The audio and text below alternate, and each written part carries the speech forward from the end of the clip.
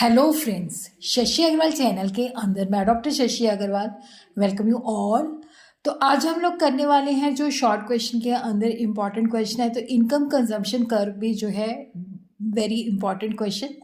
उसी तरह आप प्राइस कंजम्पशन कर्व को भी कर सकते हैं। तो यहाँ पे मैं इनकम कंजम्पशन कर्व जो है समझा रही हूँ, ये इंडिफरेंस कर्व के अंदर आता है। अगर आपको मेरा ये एफर्ट सही लगता है तो इस वीडियो को लाइक कीजिए, शेयर कीजिए तथा मेरे चैनल शशि अग्रवाल को सब्सक्राइब कीजिए। देखो, जब हम इनकम कंजम्पशन कर्व की बात करते हैं तो ये हमें जो है बेसिकली, क्योंकि जैसे कंज्यूमर की इनकम लेवल चेंज होता है तो डेफिनेटली उसका इक्विलिब्रियम लेवल भी चेंज हो जाता है। तो जब हम उनको मिलाते हैं तो हमारे पास इनकम कंजम्पशन कर्व आ जाता है। तो income consumption curve is a curve which depicts various combination of to commodities which gives the consumer the maximum satisfaction at various levels of income.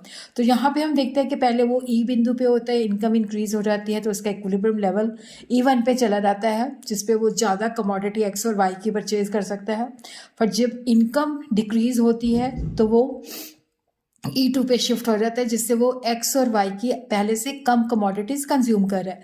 तो इन सारे इक्विलिब्रियम पॉइंट्स को जब हम मिलाते हैं तो we have income consumption curve, जो हमें वेरियस लेवल्स ऑफ इनकम के अंदर हमें बताता है कि कंज्यूमर किस तरह से मैक्सिमम सेटिस्फेक्शन ले सकता है by taking various combination of X and Y. Effect of change in income is reflected. देखो, यहाँ पे जैसे इनकम इंक्रीज हुई तो ई से E1 बिंदु पे चला गया। तो यहाँ पे जो इनकम कंजम्पशन कर्व है, जब इनकम के अंदर चेंजेस आती हैं तो वो जो चेंज होती है वो हमें इनकम कंजम्पशन कर्व दिखाता है।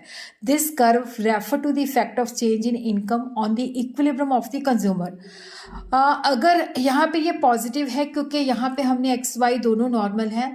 Shape of the income consumption curve is a positive in case of normal goods, but inferior goods के केस में ये जो है नेगेटिव होती है।